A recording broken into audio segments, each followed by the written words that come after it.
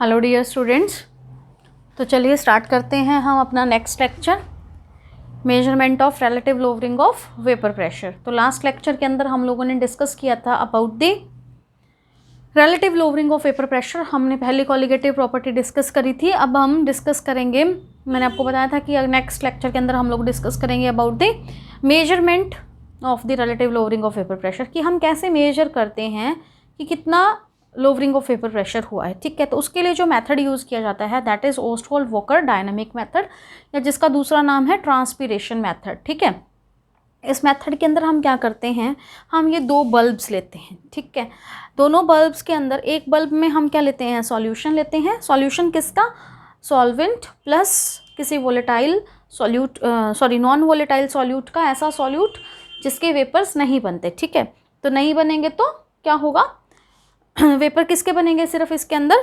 Solvent के बनेंगे, और वो भी कम बनेंगे। ठीक है, और यहाँ पर हमने क्या लिया, दूसरे बल्ब के अंदर हमने क्या लिया, प्योर सॉल्वेंट लिया।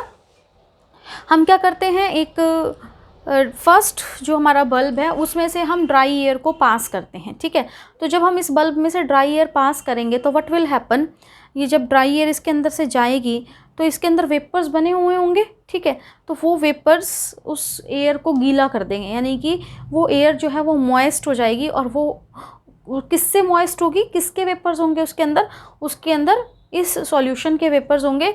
और फिर ये एयर को हमने किस में से पास किया, बल्ब 2 में से पास किया।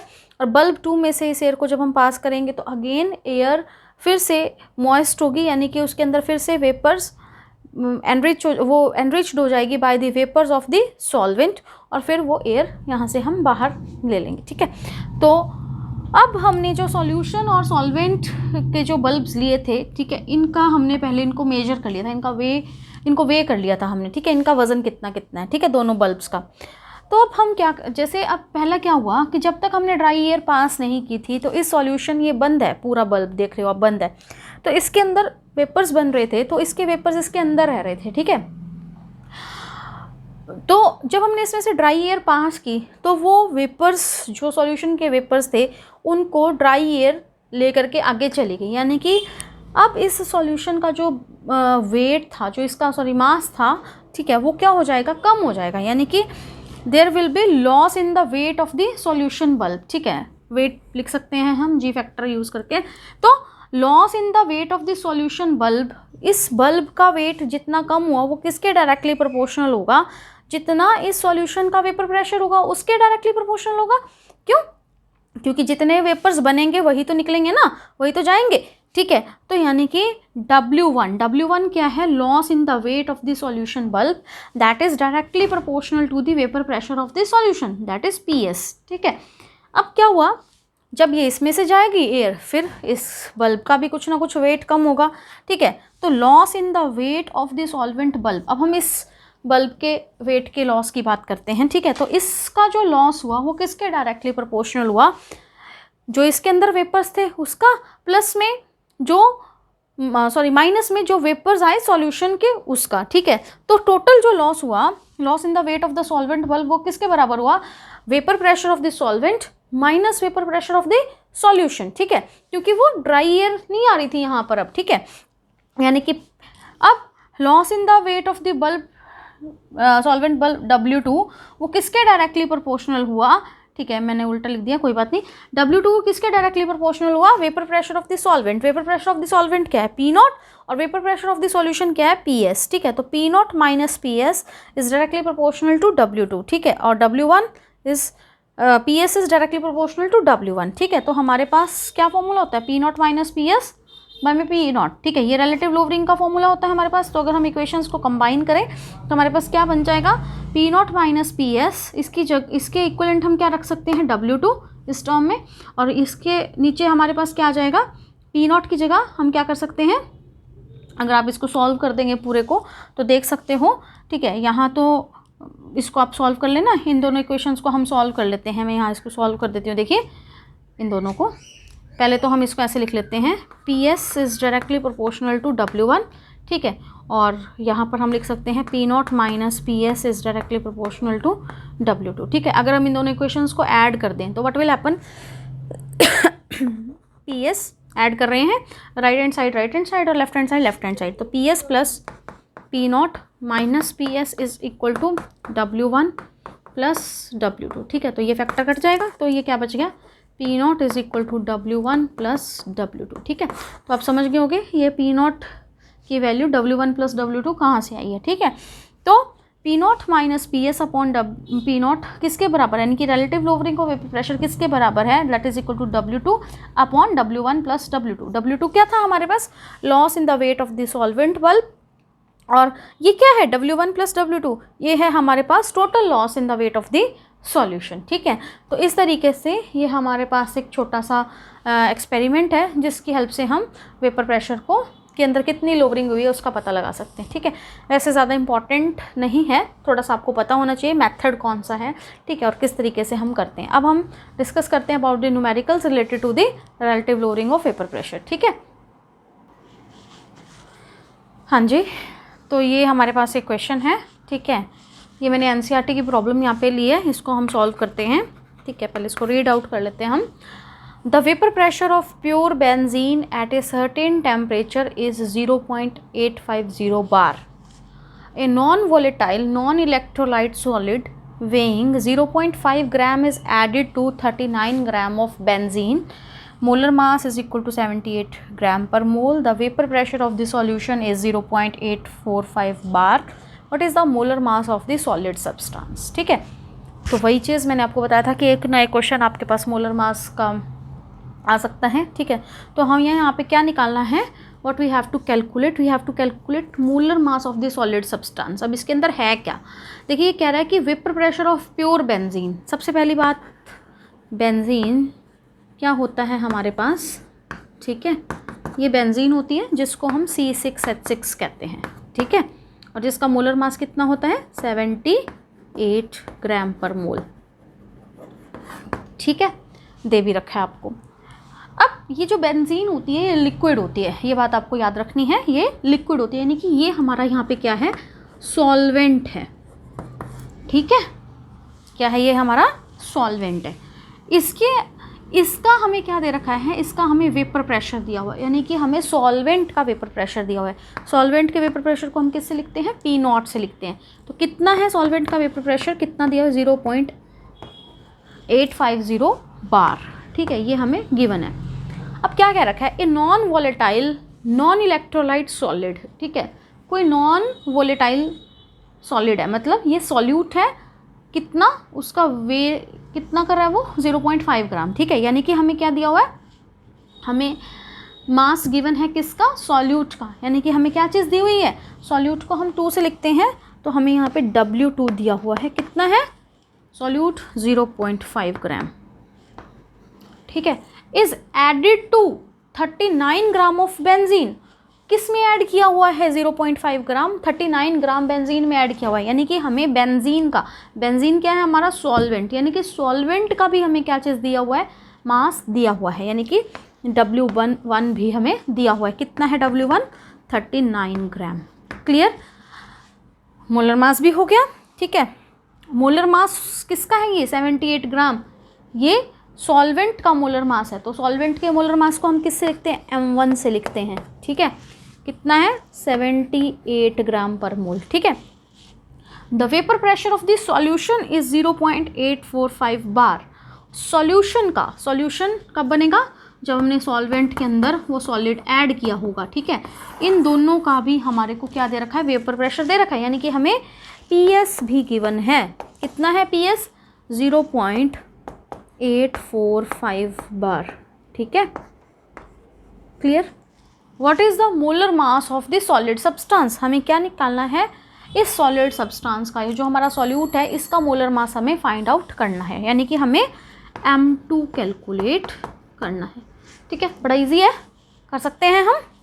हाँ जी, क्या फॉर्मूला लगाएंगे, P0 minus PS upon P0 that will be equal to X2, ठीक है ना, होता है, तो X2 की जगह हम क्या लिख सकते हैं, N2 upon N1 plus N2, ठीक है, ये लिखते थे, और N2 की जगह क्या लिख सकते हैं W2 बाई M2 और N1 की जगह W1 बाई M1। अब मैं यहाँ पे एक बात आपको मैंने बताया था कि जब ये फॉर्मूला हमने किया था कि ये कब ये वाला फॉर्मूला लगेगा, कब हमारे पास सिर्फ N2/N1 लगेगा इस साइड। जब ये कंसनट्रेटेड सॉल्यूशन की बात करें तो ये वाला लगता है, और अगर सॉल्यूशन डाइल्यूट है तो N2/N1 लगता है। ये मैं आपको पहले बता चुकी हूँ। अब आपको पता कैसे चलेगा कि सॉल्यूशन डाइल्यूट है? ठीक है, आप उसकी क्वांटिटी देखें, आप उसका अमाउंट देखें, कितना है 0.5 ग्राम, और बेंजीन कितना है 39 ग्राम। ठीक है, तो बहुत ही कम है विद रिस्पेक्ट टू बेंजीन, यानी कि सॉल्यूशन कैसा है, डाइल्यूट सॉल्यूशन है, यानी कि इसमें हम जो ये N2 टर्म है इसको हम नेग्लेक्ट कर देंगे। तो हमारा फॉर्मूला हम कौन सा यूज़ करेंगे? We will use P0 minus PS upon P0 is equal to N2/N1। Clear? तो वैल्यूज़ को पुट कर देते हैं, बस अब तो कुछ बचा ही नहीं इसके अंदर। तो P0 कितना है 0.850 माइनस PS कितना है 0.845। अब आप एक चीज़ और देख रहे होंगे कि P0 is greater than PS, ठीक है ना। सॉल्यूशन का वेपर प्रेशर हमेशा कम होता है as compare to the pure solvent. यहाँ पे भी क्या आ जाएगा, ठीक है, this one.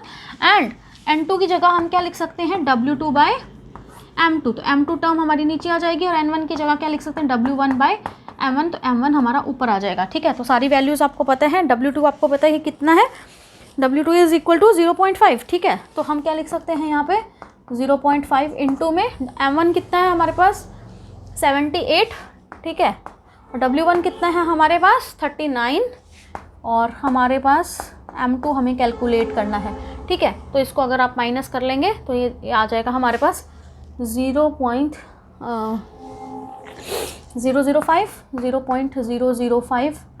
Bye 0.850, that will be equal to this. ठीक है, और इसको आप सॉल्व कर सकते हैं। ये 2 से कट गया, यहाँ आ जाएगा हमारे पास 10। ठीक है, तो 5 2 = 10, और ये 10 से 10 कट गया, यानी कि M2 किसके बराबर आ गया हमारे पास, M2 is equal to 0.850 divided by 0.005, और ये पॉइंट से पॉइंट कट गया, तो M2 is equal to 850 upon 5। ठीक है, इसको आप सॉल्व कर ले। हाँ जी, 5 1 = 5। ठीक है, तो कितना बचे 35, 5 7 = 35, 170। तो यानी कि हमारा जो सॉल्यूट है उसका मोलर मास कितना है 170। ठीक है, तो समझ में आ गया होगा आपको न्यूमेरिकल। अब चलते हैं हम सेकंड न्यूमेरिकल की तरफ। ये NCERT की प्रॉब्लम थी। अब एक क्वेश्चन और सॉल्व करते हैं हम। हाँ जी, तो ये है हमारा क्वेश्चन नंबर 2। ठीक है, पढ़ लेते हैं पहले इसको। Vapour pressure of water at 293 kelvin is 17.51 mm। ठीक है, हमें वेपर प्रेशर दिया हुआ है वाटर का 293 केल्विन पे, यानी कि वाटर है तो इट मीन्स क्या होगा, ये वैसे तो सॉल्वेंट होगा लेकिन फिर भी चेक कर लेते हैं। Lowering of vapour pressure of A sugar solution, यानी कि इसके अंदर चीनी मिलाई हुई है, अब तो समझ में आ गया, is 0.0614 mm। Calculate relative lowering of vapour pressure, second vapour pressure of the solution, and third mole fraction of the water. ठीक है, तो 3 चीज़ें हमसे पूछी हैं। हमें दिया क्या क्या हुआ है, क्या दिया हुआ है हमें कहा है कि वाटर जो है, ठीक है, उसका वेपर प्रेशर दिया हुआ है, यानी कि हमें P0 गिवन है, कितना है, दैट इज़ 17.51 mm। ठीक है, और हमें क्या दिया हुआ है, लोवरिंग ऑफ वेपर प्रेशर दिया हुआ है। ठीक है, लोवरिंग ऑफ वेपर प्रेशर क्या होता है, मैंने आपको उस दिन भी बताया था जब हमने रॉल्ड्स लॉ किया था। P0 माइनस PS, ये जो टर्म होती है, ठीक है, ये लोवरिंग ऑफ वेपर प्रेशर कहलाता है। अगर हम बाय P0 कर देंगे तो ये हो जाएगा relative lowering of vapour pressure. ठीक है, तो हमें ये चीज़ दी हुई है, क्या हमें ये दिया हुआ है P0 माइनस PS। ठीक है, कितना दिया हुआ P0 minus PS, that is equal to 0.0614 mm। Clear? हमें निकालना क्या है, we have to calculate. First part में हमें क्या निकालना है, relative lowering of vapour pressure. Relative lowering of vapour pressure क्या होता है, P0 minus PS upon P0। ठीक है, ये हमें निकालना है। तो कैसे निकलेगा, बड़ा इजी है। P0 माइनस PS आपको दिया हुआ है कितना 0.0614। ठीक है, और P0 आपको दिया हुआ है 17.51। ठीक है, इसको आप अगर सॉल्व कर लेंगे तो relative lowering of vapour pressure निकल जाएगा। बहुत इजी था। सेकंड पार्ट, ये फर्स्ट पार्ट था। सेकंड पार्ट में हमें क्या निकालना है, vapour pressure of the solution. Vapour pressure of the solution मतलब हमें PS निकालना है। ठीक है, तो ये भी बहुत इजी है। ठीक है, कैसे निकलेगा, हमें क्या दिया हुआ है, हमें P0 minus PS is equal to दिया हुआ है 0.0 0.0614 mm, ठीक है। और हमें पी नॉट की भी वैल्यू दी हुई है। पी नॉट की वैल्यू कितनी है 17.51। अगर हम पी नॉट की वैल्यू पुट कर दें इसके अंदर 17.51, ठीक है, तो हमारे पास क्या आ जाएगा, हम इजीली कैलकुलेट कर सकते हैं इसको पी एस को। तो क्या करें, हम 0.0614 को इधर ले आते हैं और पी एस को उधर ले जाते हैं, ठीक है। तो 17.51 plus 0.0614 that will be equal to P S. Easily आप कैलकुलेट कर सकते हैं, ठीक है। अब थर्ड पार्ट की बात करते हैं। थर्ड पार्ट के अंदर क्या पूछा हुआ है हमसे, मोल फ्रैक्शन ऑफ वाटर, ठीक है। मोल फ्रैक्शन क्या होता है ना, एक्स से लिखते हैं हम इसको, ठीक। अब मोल फ्रैक्शन किसका पूछा है, सॉल्यूट का पूछा है या सॉल्वेंट का पूछा है। ये बात यहाँ पर कई बार बच्चे गलती कर जाते हैं, वो x2 निकाल देते हैं। ये ध्यान देना, यहाँ पर हमें से क्या पूछा हुआ है, मोल फ्रैक्शन ऑफ वाटर पूछा है। तो वाटर सॉल्वेंट है, तो यानी कि हमें क्या निकालना है, x1 निकालना है। अब हमारे पास जो फॉर्मूला है that P naught minus P S upon P naught that is equal to x2 होता है, ठीक है। आपके पास पी नॉट भी पता है, पी एस भी पता है, या सीधी P naught minus P S की वैल्यू भी पता है हमें 0.0614, ठीक है। और पी नॉट की वैल्यू भी हमें पता है कितनी है, पी नॉट 17.51, ठीक है। तो इसको जब आप डिवाइड करेंगे तो वो वैल्यू किसके बराबर आ जाएगी, x2 के बराबर आ जाएगी, ठीक है। अब हमें कैलकुलेट करना है x1। तो आपको पता है एक बाइनरी सॉल्यूशन के लिए x1 प्लस x2 किसके इक्वल होता है, 1 के बराबर होता है। तो आप x2 यहाँ से निकाल लीजिए, ठीक है। और x1 निकालने के लिए हमें क्या करना पड़ेगा, 1 में से x2 को माइनस कर देंगे यदि, तो हमारा x1 निकल जाएगा, ठीक है। तो ये क्वेश्चन भी बहुत इजी था, ठीक है। अब हम बात करते हैं नेक्स्ट क्वेश्चन की। हाँ जी स्टूडेंट्स, तो नेक्स्ट क्वेश्चन, सॉरी थोड़ा छोटा लिखा गया, दिख रहा है क्या आपको, मैं रीड आउट करती हूँ। The vapour pressure of A 5% aqueous solution of a non-volatile organic substance at 373 Kelvin is 745 mm. Calculate the molar mass of the solute, ठीक है। तो इस क्वेश्चन में बड़ा साफ साफ लिखा हुआ है कि हमें molar mass of the solute calculate करना है, ठीक है। तो ये तो हमें पता चल गया, निकालना क्या है, हमें निकालना है मोलर मास यानी कि M2, ठीक है। हमें M2 निकालना है, ठीक। तो अभी तक जो हमने फॉर्मूला पढ़ा है वो यही पढ़ा है, ठीक है। x2 की जगह हम क्या पुट कर सकते हैं, n2 upon n1 plus n2, और n2 W2/m2 होता है, ठीक है। तो यानी कि वहाँ ये वाला फॉर्मूला यूज़ करके हमें m2 निकालना है। लेकिन दिया क्या हुआ है, कुछ चीज़ दी हुई है आपको, हमें क्या दिया हुआ है, the vapour pressure of A 5% aqueous solution of a non volatile organic substance eight 373 kelvin is 745 mm। तो ये 745 mm देख के आपको समझ आना चाहिए कि ये वेपर प्रेशर दिया हुआ है, ठीक है, क्योंकि mm प्रेशर के यूनिट्स होते हैं। तो वेपर प्रेशर हमें किसका दिया हुआ है, एक सॉल्यूशन का वेपर प्रेशर दिया हुआ है, यानी कि PS हमें दिया हुआ है, ठीक है। PS कितना है, 745 mm, ठीक। क्या हमें कुछ और दिया हुआ है, टेम्परेचर दिया हुआ है इस फॉर्मूला में, कहीं टेम्परेचर तो यूज़ हो ही नहीं रहा, ठीक है। तो वो हमारे किसी यूज़ का नहीं है अभी तो, ठीक है। और हमें क्या दिया हुआ है, और हमें कुछ भी नहीं दिया हुआ, ठीक है। हमें ये दिया हुआ है कि 5% सॉल्यूशन है।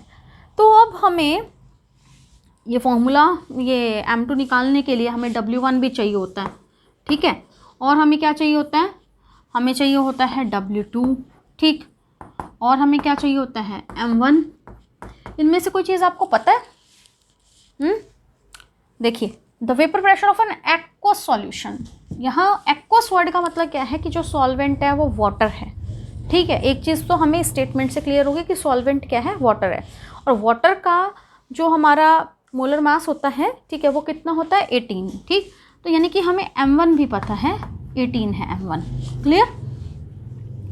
अब W1 और W2 की बात करें, W1 और W2 कैसे पता चले, देखो क्या दिया हुआ है, 5% एक्वस सॉल्यूशन। 5% सॉल्यूशन, जब आपने मोलैरिटी नॉर्मेलिटी के क्वेश्चंस किए थे तो शायद आपको वहाँ पे क्लियर हो गया होगा कि 5% इस तरह के सॉल्यूशंस अगर दिए हो, इसका तो मतलब क्या होता है, इसका मतलब है कि 5 ग्राम हमारा जो सॉल्यूट है वो डिजॉल्व है 100 ग्राम हमारे सॉल्यूशन में, ठीक है। तो यानी कि हमारा जो W1 है वो कितना है, 5 ग्राम, ठीक। और 100 ग्राम सॉल्यूशन है, ठीक है। तो सॉल्वेंट का वेट कितना होगा, 100 minus 5, that will be equal to 95, ठीक है। तो हमें M2 निकालना है, PS हमें पता है, W1 भी पता चल गया, W2 भी पता चल गया, M1 भी पता चल गया, और कुछ, हाँ P0, ठीक है। अब P0 हमें दिया नहीं हुआ तो बिना P0 के हम कैसे निकाल लेंगे। देखिए अगर हमें दिया होता है एक्वा सॉल्यूशन है और 373 केल्विन टेम्परेचर अगर हमें दिया हुआ हो, तो उस टाइम पे जो वाटर है उसका जो वेपर प्रेशर होता है वो कितना होता है, 760 mm, ठीक है, ये फिक्स्ड है, ठीक। तो P0 भी हमें पता चल गया। तो अब तो बहुत इजी हो गया सारा क्वेश्चन, ठीक है। तो अब बात आती है कि हम ये वाला फॉर्मूला यूज़ करेंगे या हम ये वाला यूज़ करेंगे। ये किसके लिए था, सोचिए, कंसंट्रेटेड के लिए, ठीक है ना, और ये है डाइल्यूट के लिए, जब हम N2 टर्म को नेग्लेक्ट कर सकते हैं। तो कौन सा फॉर्मूला यूज़ करेंगे, अब मैटर ये करते हैं, ठीक है। तो देखिए जब कभी भी हमारे को जो परसेंटेज है वो 5% हो या इससे कम हो, ठीक है, तो हम मान लेते हैं कि जो सॉल्यूशन है वो डाइल्यूट है, ठीक है। तो हमारे पास जो फॉर्मूला हम यूज़ करेंगे वो ये वाला फॉर्मूला यूज़ करेंगे। तो अब क्या कर सकते हो आप, P0 की वैल्यू आपको पता है 760 माइनस PS कितना है 745 डिवाइडेड बाय में P0 again 760 is equal to N2 is equal to W2 by में M2 and N1 is equal to W1 by में M1, ठीक है। तो ऊपर चला जाएगा M1।